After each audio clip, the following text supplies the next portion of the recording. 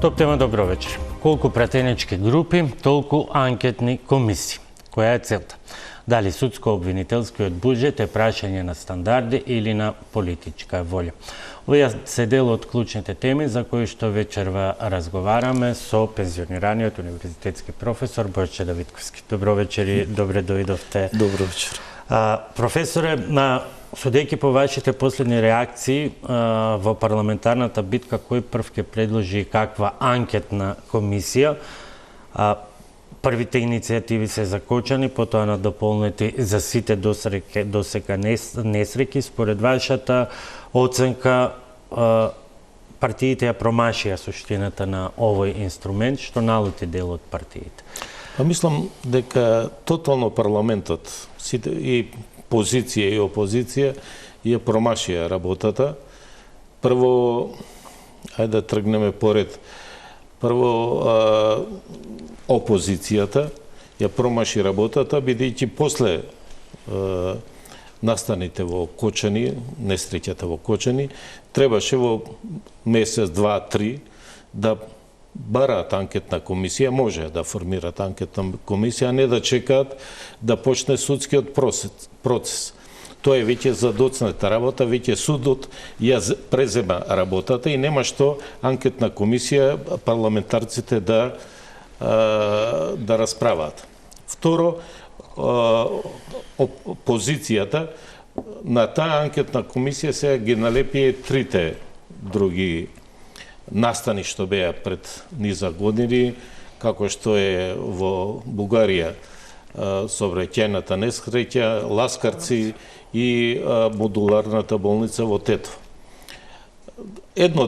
Мислам, и тоа е демоде, мислам, тоа е веќе застарена работа. Прво и основно, теоретски, некој ако прочитал, барем да го прочитал мојот учебник, ќе видел дека анкетна комисија се формира за одговорност на актуелни носители на јавна власт. Сега тезата е, особено тезата на власта, ако има одговорност да има за сите, а тезата на опозицијата е да се дојде до одговорите и одговорноста на актуелните политики. Значи, и едната теза и другата теза би се осврнала, ако ми дозволите. Да, значи, првата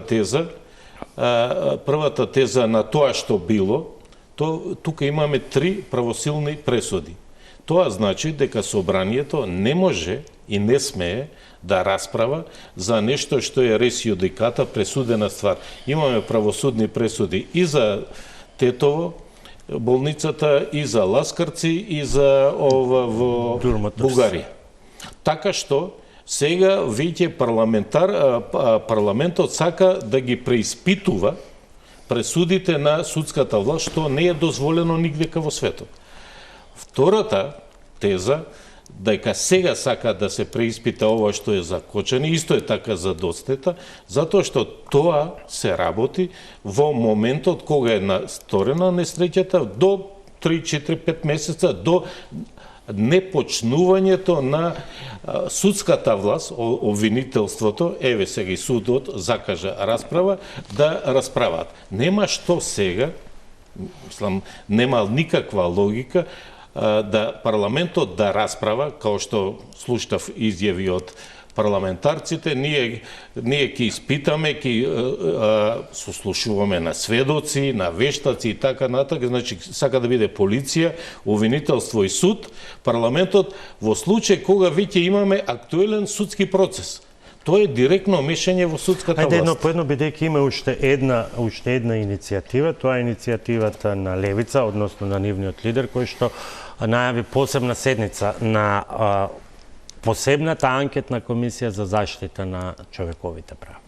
Таа посебната, мислам дека и таа е задоцната, затоа што требаше, по мене, значи сегашната опозиција што е, требаше веднаш по настаните во Кочани, по несреќниот случај во Кочани, веднаш да побараат и формирање на анкетна комисија за оценување на политичка одговорност на актуелните носители на извршна власт или за анкетна комисија за прекршување на човековите права. Тоа е, значи, штом дојде до веќе судот, обвинителството и судот веќе закажа расправи, помина работата, целиот предмет помина во рамките на судската власт, веќе законодавната власт нема никакви ингеренции.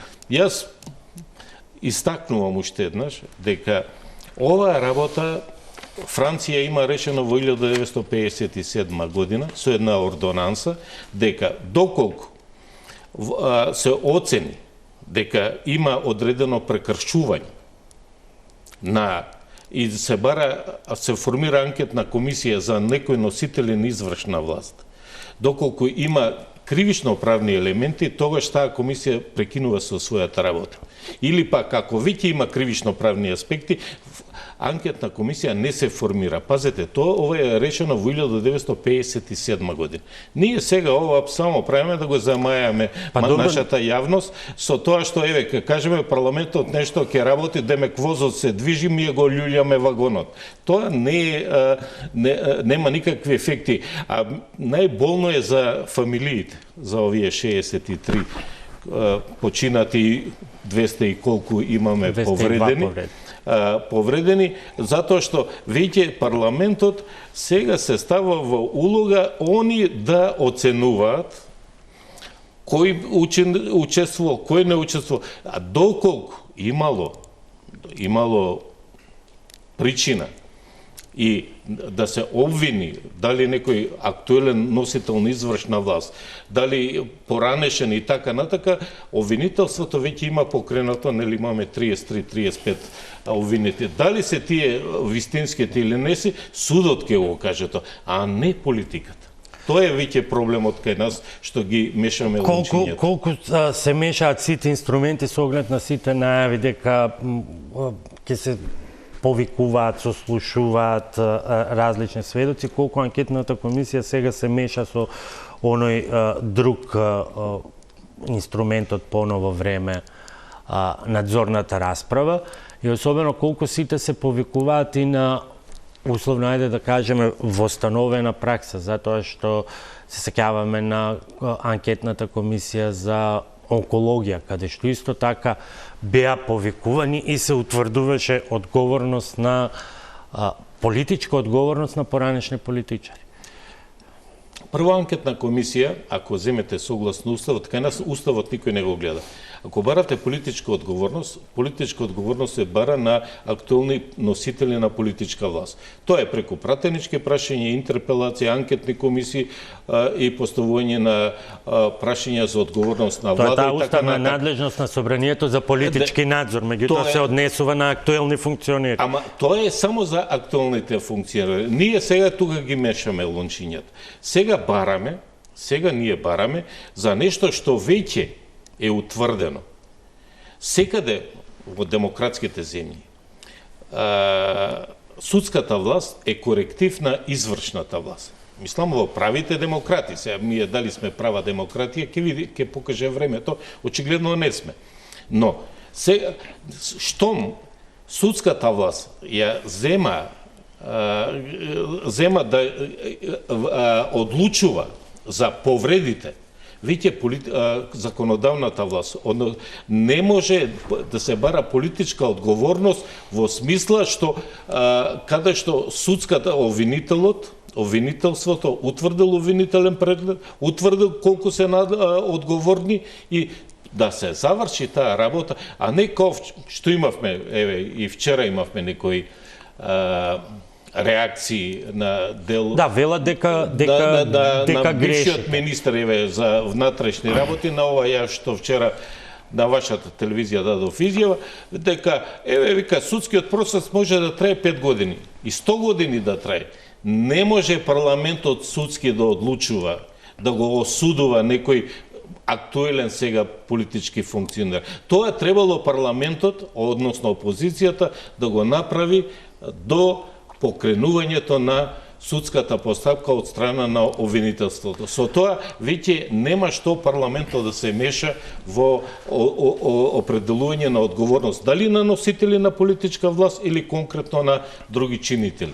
Ако ова и наетење меѓу партиите потрае, многу е веројатно дека би имало некаква анкетна комисија. По сето ова што го кажавте, што таа би правила, особено имајќи предвид и две одредници кои што не знам дали имате впечаток, дали се меша. Тоа е одредба член 128 од деловникот, кој во став 1 вели дека работните тела заради извршување на работите и задачите од својот делокруг може да бараат податоци и информации од органите на државната управа и други органи и организации.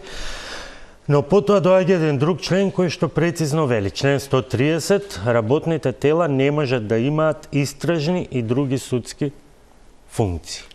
Значи, деловникот е прецизен. Јас ви реков, французите во 1957 година го решиле ова.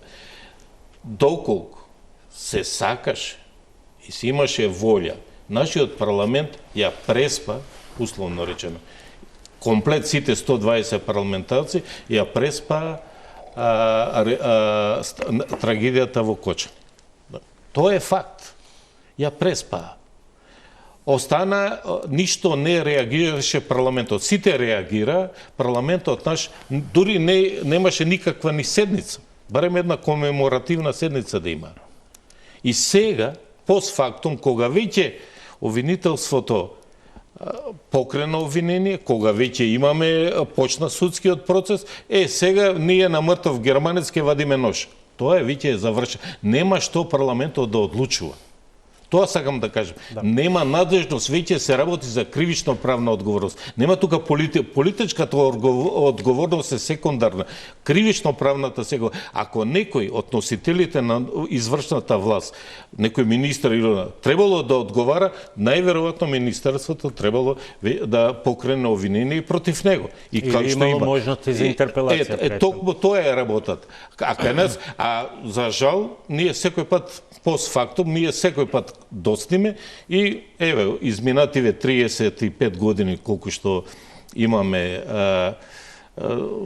овој повеќе партиски парламентаризам го развиваме, ни една алатка од уставот што е предвидена за освен првата експертска влада што падна како изгласување на недоверба, значи нити една анкетна комисија, ни една интерпелација, нити некој ја разреше врз основа на политичка одговорност, нити пак некој одговарал политички, освен еден министер кој што падна авионите си даде оставка. Ајде бидејќи веројатно повторно ќе има и реакции и релативно и за многу повеќе за гледачите и за граѓаните, каде се тука пак во овие инструменти сега генерално зборуваме, надзорните расправи, бидејќи ако се сеќававте и тука имавме една чудна ситуација, две надзорни расправи за загадувањето на воздухот, една на опозицијата на која што не отиде никој од власта и друга која што потоа власта си ја направи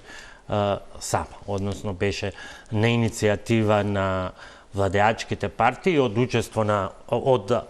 аспект на учество на владините представници да ги дадат потребните одговори, беше многу поуспешно, гледано само според партиципативноста на власт.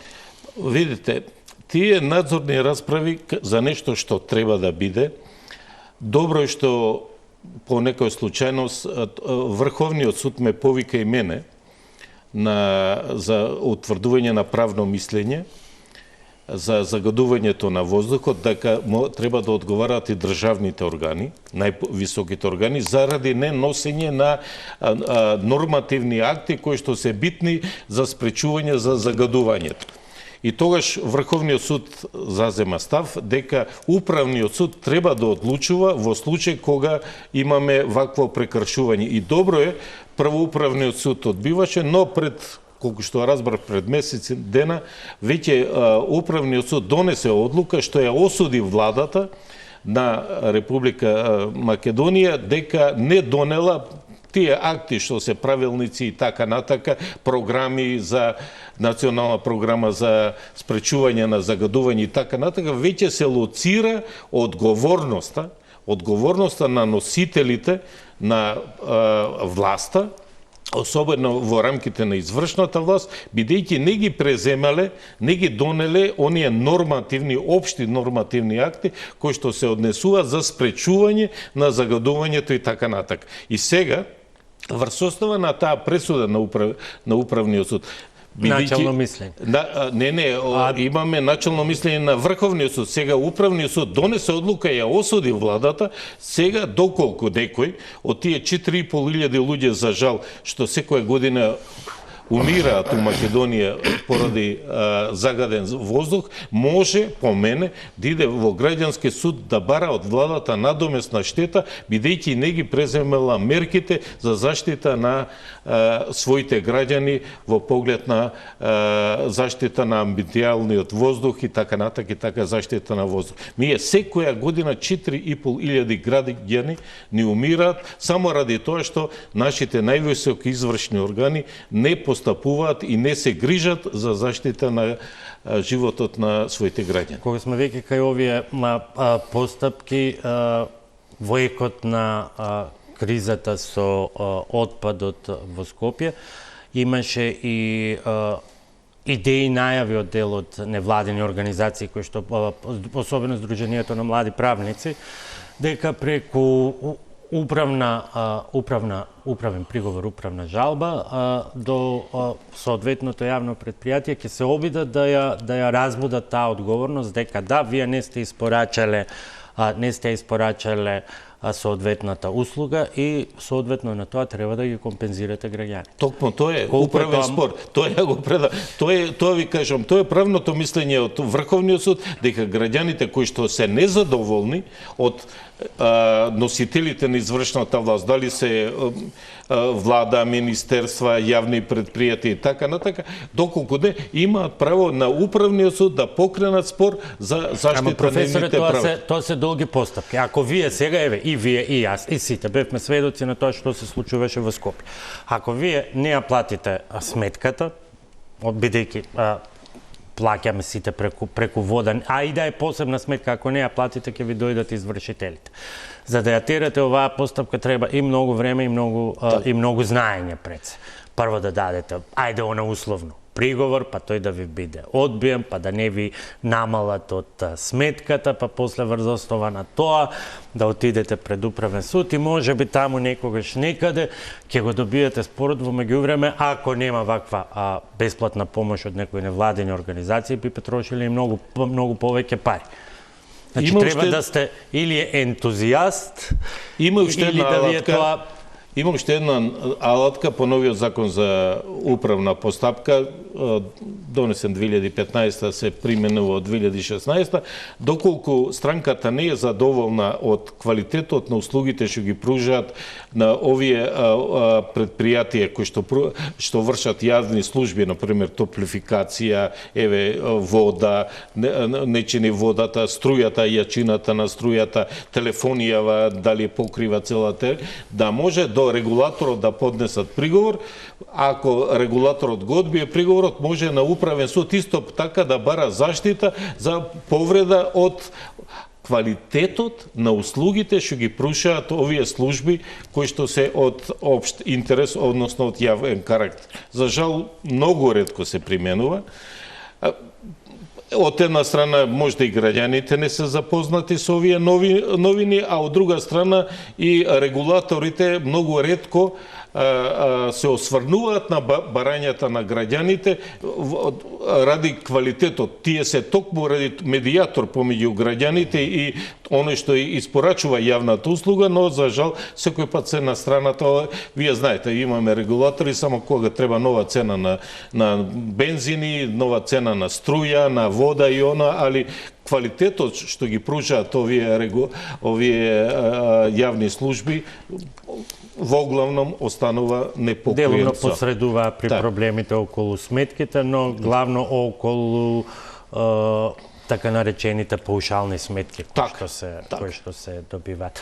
Тука ја правиме првата пауза за реклами, а потоа и со она што е втората актуелна тема во овој период, дали судско-обвинителските буџети се прашање на политичка волја и на стандарди и какви. Станете со нас, се враќаме за кратко.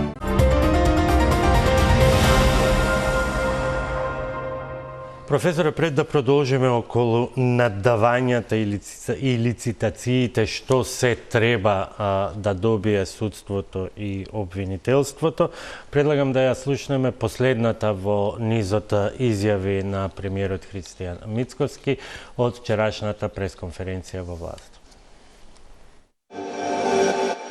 Трет чекореве, да речеме, например, е усогласување на изборниот законник со, да речеме, забелешките на ОПСЕ и ОДИХР. Ние тоа ќе го направиме и не гледам причина зашто во рамките на парламентот да пратениците не го тоа поддржат, имајќи предвид дека тоа е реформски закон поддржан од самата Европска комисија и очекувам тука да нема некаков инженеринг во рамките на парламентот и тоа да биде донесено. Понатаму, да речеме, законите за јавно обвинителство, за судови, за јавно обвинителска и судска служба и така натаму, ние сме подготвени се да прифатиме, што тие бараат. Главното нивно барање се однесува на вработување и унапредување, да не зависи од мислење на владата, во ред, нема проблем, нема да зависи. Туку тие планот да го изготват и да им го одобри судскиот или советот на јавни обвинители. А владата само да информира. Во ред, нема проблем, тоа ќе го прифатиме. Во делот на буџет, ние ќе поставиме долна граница, односно минимална вредност во буџетот на обвинителството и во буџетот на судовите, кој што секако ќе биде повисок од средниот или од медијана буџетот што го имаат земите членки што ги покрива Советот на Европа. И тоа ќе го направиме. Да речеме, чекоре и новиот закон за судски совет, тој помина на владина седница, моментално се усогласува, се чека мислење од Канцеларијата на Европската комисија и очекувам дека до крајот на декември месец ќе биде и тој поминат во рамките на собранието. Ете, премиерот малку, професоре, не врати на едно прашање кое што го заборавивме, тоа беа измените на изборниот законник. Долго време во пресред на изборите на сите прашања зошто не се носат измените согласно препораките на ОПСЕ, одговорот беше има политички консензус, иако многумина укажуваа дека ОПСЕ не го отвара прашањето за промена на изборниот модел и така натаму, што се тешки прашања, туку има список на забелешки кои што треба да ги унапредат демократските алатки во процесот. И сега сведоци бевме дека поради таквите недоследности во законот не се случи она одлука на Уставниот суд околу независните листи, па практично неизвестност до последен момент. Како сега да го толкуваме ова дека наеднаш откако завршија изборите, владата свати дека да, тоа се сушност условно технички препораки на ОПСЕ, па ајде сега ќе ги донесе. Едно треба да не биде на нас јасно во Македонија. Изборното право, избирачкото право е загарантирано со Уставот и тоа може да биде активно и пасивно. Активно е кои што учествуваат политичките партии во изборите, пасивно е на нас граѓаните кои што идеме да гласаме. Од каде испадна, не ми е јасно, да политичките партии кои што партиципираат у парламентот, опозиција, позиција и така натака, да мора за моето право, како ќе гласам и што ќе гласам, они со консензус да одлучуваат, а мене никој не ме прашува. Или моделот да се избира, мене никој не ме прашува, ја како граѓанин. Од каде испадна тоа право? И они цело време само тоа го верглат. Ние со консензус треба да ги донесеме измените, ние со консензус ова, ние со консензус ова. И со консензус се доделија државни пари за рекламирање. Од буџетот средства за финансирање на политички партии и така натака. Уставниот суд укина одредби со кои што кажа дека не може да се каже кој колку луѓе ќе учествуваат во изборната трка. Парламентот беше должен тие два члена што беа укинати да интервенира и да каже, да дефинира што е тоа граѓанска иницијатива, колку треба да се собира. Парламентот не го направи тоа и на крајот со одлука на ДИК. тука е најголемиот парадокс кај нас. Тоа не можам никој пат да се сложим и да му го опрастам на нашиот уставен суд. Зошто? Затоа што таа правна празнина излезе председателот на уставен суд и он рече: знаете, во услови на ваква правна празнина ние ги охрабруваме органите на власта да земат со свој правилник или упатство да ја решат таа правна празнина. Аферим. Тоа значи дека утре за градење, например, дали ќе биде 5 метра или 10 метра висината она, Министерството за транспорт и оно со свој правилник ќе го регулира тоа и ќе стане каша попара во нашава држава. Им дадоа карбланш, бидејќи во тие случаи Уставниот суд нема да реагира, нема да ги укине тие правилници. Наместо го укинеше правилникот на ДИК, председателот рече: да, тоа е во интерес, ако нешто не е регулирано, тоа значи еден ако се предложи, еден да ме предложи и ја како кандидат, двајца доволно е, ние сме граѓанска група, можам да учествувам на избори. Океј, тоа требаше собранието да го каже, а не ДИК. И на ова голем преседан направи и Уставниот суд. Уставниот суд сега во иднина, секој пат извршната власт, еве ја охрабрувам, јавно кажувам, ја охрабрувам извршната власт со подзаконски акти да регулира одредена законска материја, бидејќи Уставниот суд нема да реагира, односно нема да им ги укине тие подзаконски акти. Ова не смееше да се деси. Тоа е на уштрб на правата на граѓаните. Како што моето избирачко право беше повредено, утре ќе има многу поеклатантни повреди на нашите екзистенцијални човекови права. Професор, како ги читате овие изјави на тема давам, не давам пари на судството и јас ќе решам, така вели премиерот, колку ќе бидат. Проблемот не е, проблемот настанува со тоа што не е дека на овој премиер му се падна конечно да ги спроведе одлуките од законот за судскиот буџет, туку овој премиер презел таква обврска. И наспроти тоа сега имаме различно менување на различни ставови секој ден. Последниот е дека ќе се прави медијана од медијаните, односно средна просекот кој што го прави единствената институција, тоа е да не ги оптеретуваме граѓаните со одветна комисија во рамките на Советот на Европа. На почетокот на комисијата, која реков да не се мешаат законодавна, извршна и судска власт.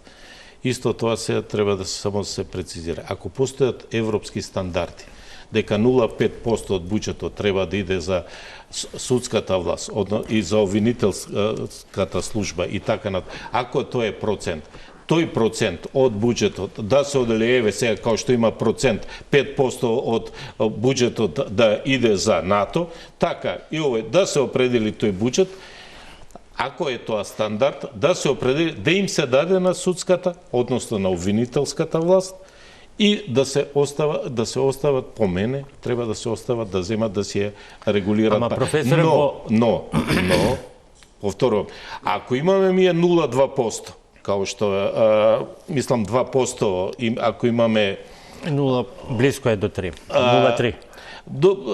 За расположението на граѓаните од поглед на судската и обвинителската власт, овој што се, мислете на довербата. На довербата, ако имаме тоа, тогаш има механизми во рамките на обвинителската власт и во рамките на судската власт кои што треба да реагираат тоа да се среди.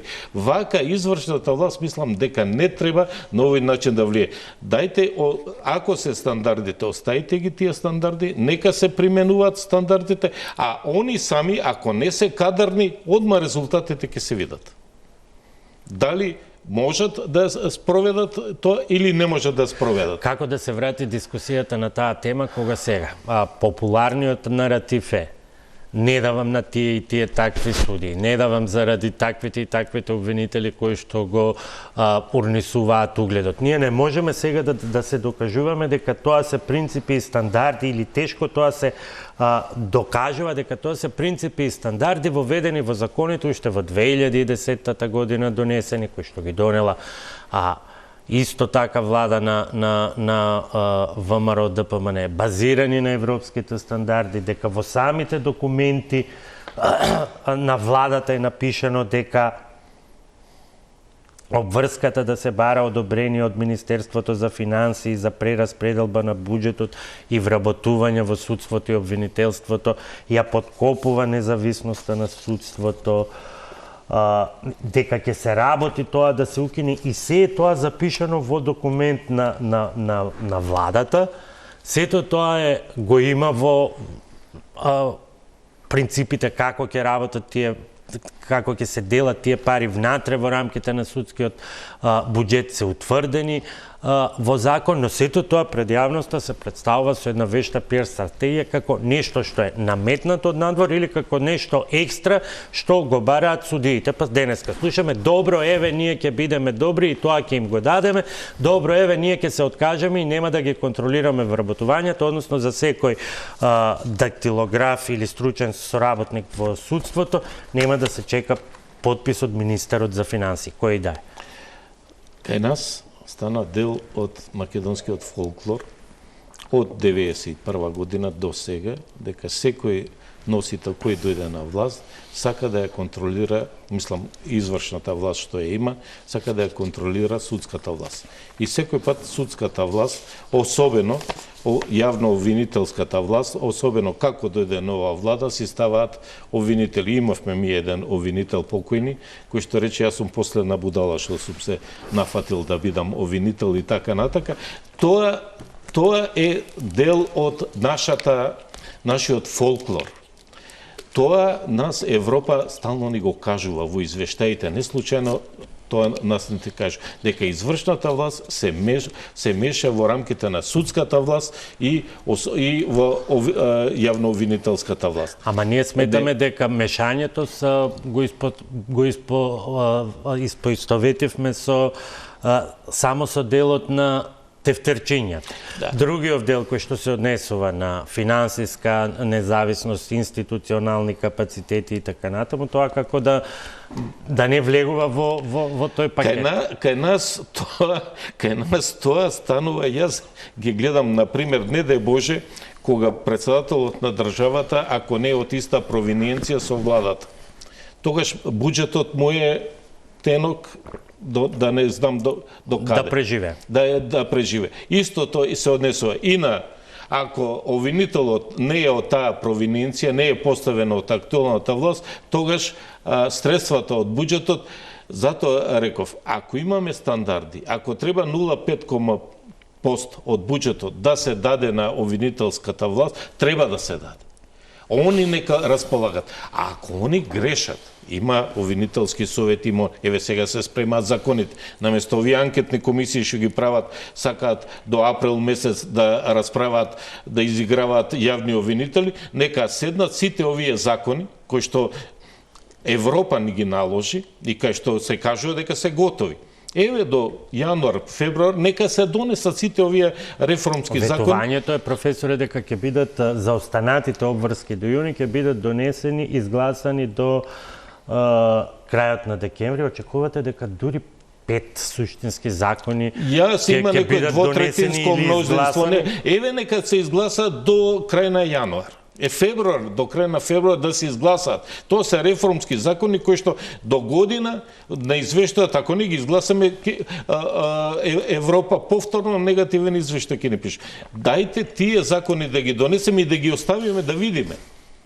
Да ги видиме. И нормално со тие закони најверојатно ќе претрпи измена и судскиот совет, најверојатно обвинителскиот совет, можда и јавниот обвинител на Македонија ќе биде разрешен, да им се даде простор тие 2% да ги зголемат барем на 20%, на 30% доверба кај граѓаните, бидејќи вака не се работи.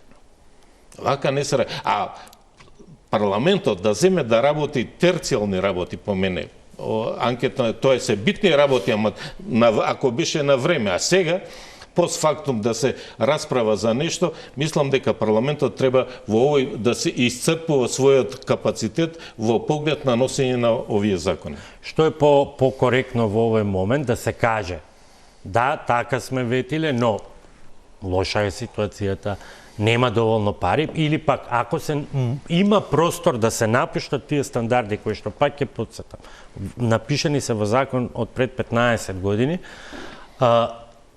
се напуштаат. Па да ни се каже кои се нови. Ако сакаме правна држава, ако сакаме квалитетно правосудство, кај што е и судство и обвинителство, мислам дека треба оно што е зацртано да се даде и да очекуваме резултати. Вака однапред да кажеме вие ништо не работите, не ви даваме пари, мислам дека не е коректно. Треба на луѓето да им се даде. Еве ви ги средствата, еве ги законите, бојрум, работите да видиме како ќе се сработи. Затоа што очигледно е, еве и сега гледате после две расправи за ова за Кочани што беше, веќе у јавноста ќе траат 5 години, ќе траат толку, дај да видиме судството да земе да си ја заврши еднаш работа, обвинителството да ја заврши работата. Не, па, ама професоре, факт е дека постои и има и зошто да постои и незадоволство и од судството и од обвинителството, но факт е и дека кога се даваат бројките, например, факт е дека Македонија нема да може да има нови суди дури најмалку од 2027 година поради проблемите. Нема пари, имате пари, правите што сакате со Академијата за судија и јавни обвинители. Измените на законот кои што дозволуваат судиите да работат плюс време, со кои што се зголеми работниот стаж, не го решаваат проблемот, а повторно сите тие бројки со показатели, со години се напишани во плановите на владата, кои владата ги доставила до Брисел, па Брисел само сега вели добро, кажете зошто го правите ова или не го правите. После ова у Академијата што се поништи конкурсот, нели имавме кога се смени власта. Мислам дека ќе имаме еден добар вакуум имаме доста голем, бидејќи колку што знам тамо. Па за таа генерација нема ништо, нема подготовки за седмите, се заедно е најрано 2027 би се појавила следната генерација. Јас сум тамо некој наставник во обука за треба да, значи за наредни 3-4 години кај што се очекуваат околу 200 и кусур што обвинители, што судии, ако немаме ќе требаме или треба да го смениме законот, кај што да земеме од рамките на стручните соработници да избереме суди, да не бидат само од Академијата или од обвинителите, што со тоа Европа многу ќе налютиме, бидејќи дадува многу големи пари за Академија за суди и обвинители.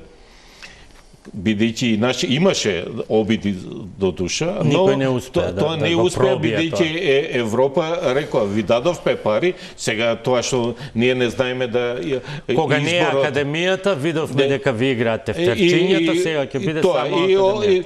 Инаку мислам дека во рамките на судовите и обвинителството има стручни соработници, би можело добар дел, например, еднократно, 200-300 луѓе да бидат примени, што суди и што обвинители. Овој вакуум мора ние да го решиме. Вака ние уште повеќе имаме природен одлив, ќе одат и суди и обвинители во пензија, и уште повеќе јазот ќе се продлабочува.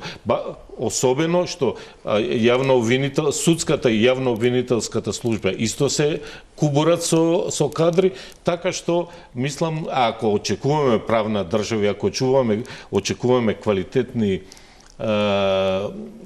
пресуди и така натаму, или решавање на споровите во определен рок, едноставно не ќе можеме да ги спорачаме тие очекувања, и пак повторно ќе биде перцепцијата на граѓаните 2-3-5% и така натаму. Мислам тука дека мора веќе еден политички консензус да се направи помеѓу опозиција и позиција, едноставно една добра, да се обмисли добра стратегија и со Европа да се каже дека еве или убрзано да има една инекција, условно речено 2-300 кандидати за 2 години да испаднат од Академијата за суди и адвокати, или од постоечките стручни соработници, што по мене мислам сосема можат да одговорат да бидат судии и обвинители, од нив да се избере... Тоа решение го пробаа неколку министри, не успеа, го одбива... Знам,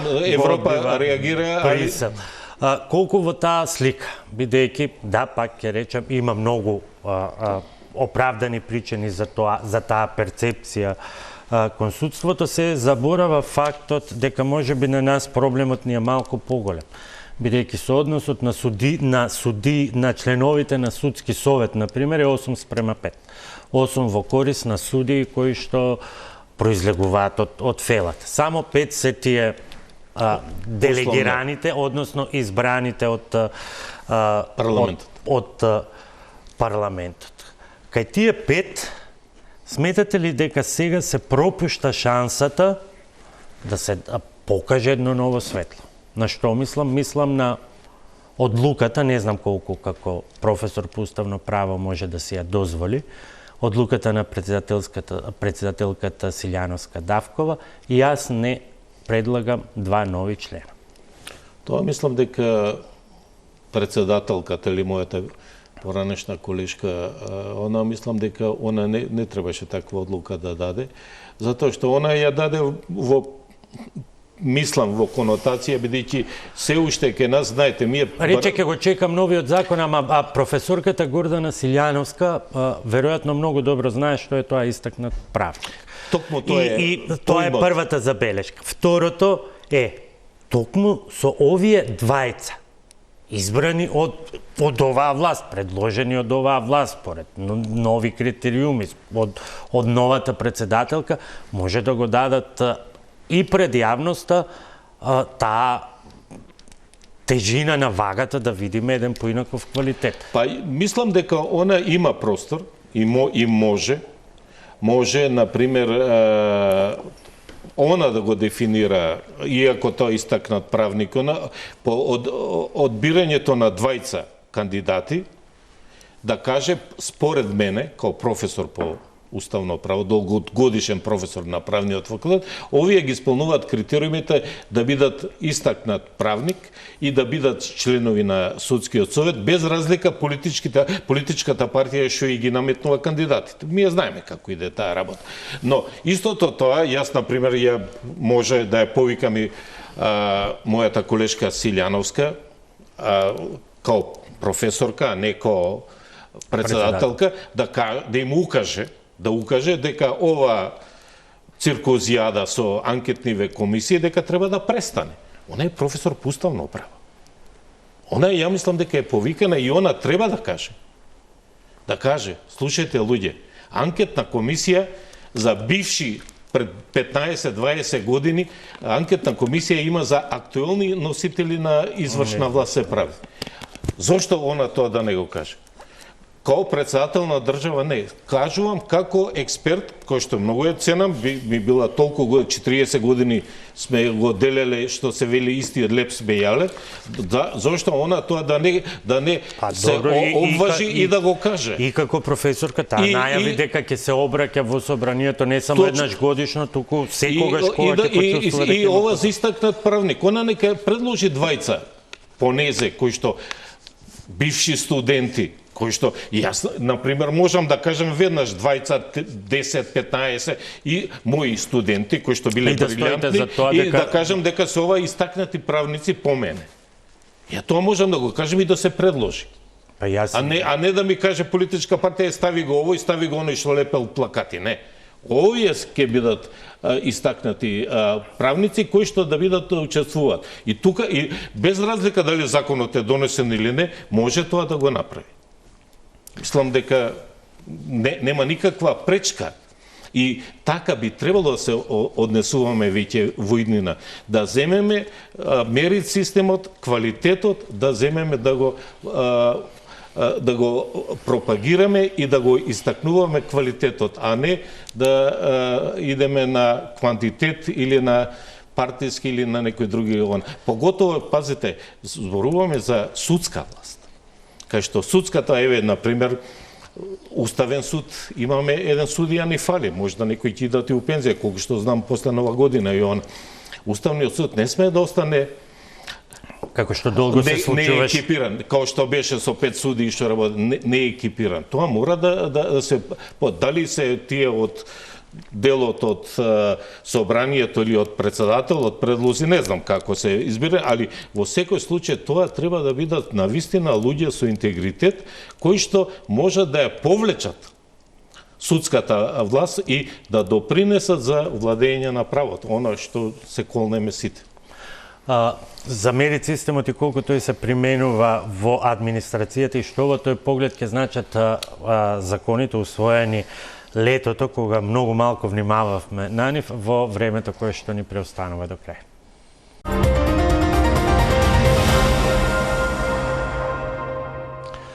Професор, брзаница во јуни, многу закони, исто така како што сега очекуваме крајот на декември, голем дел од таа реформска агенда да влезе во собрание.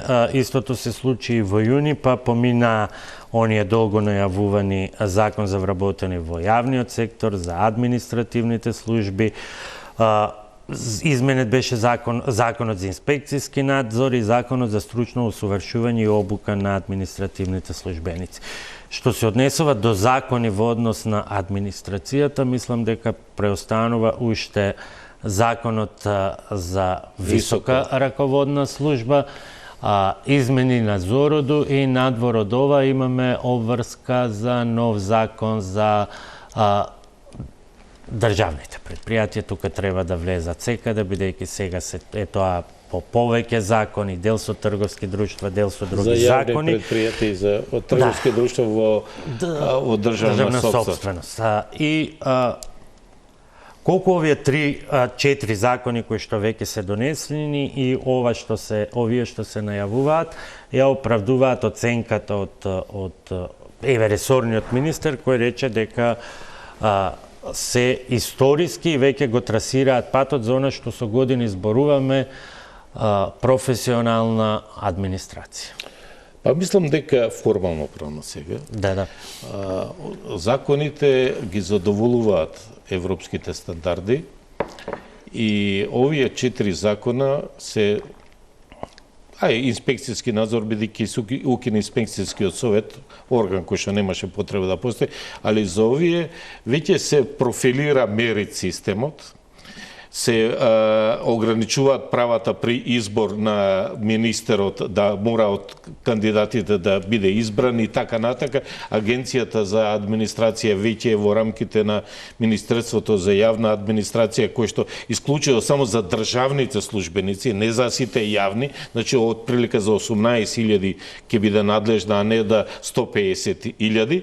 И така да мислам, овие се солидна основа да можеме ние да очекуваме барем во поглед на човечките ресурси дека ќе имаме реформа.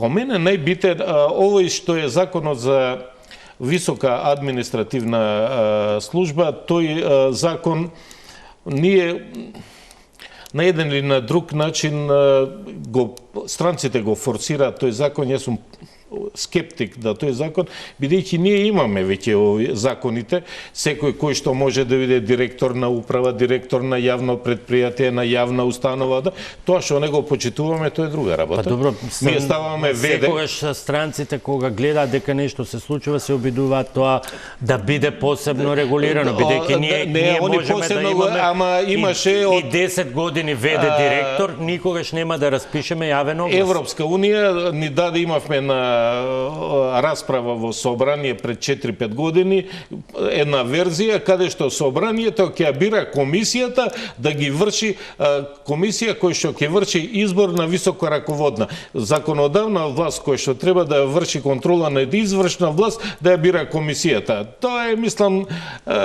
и кога го прашав представникот на Европската унија тука каде има ваков случај, нема нигдека во Европа, па нешто Португалија имало и така натака, така што и експерименти со нас прават.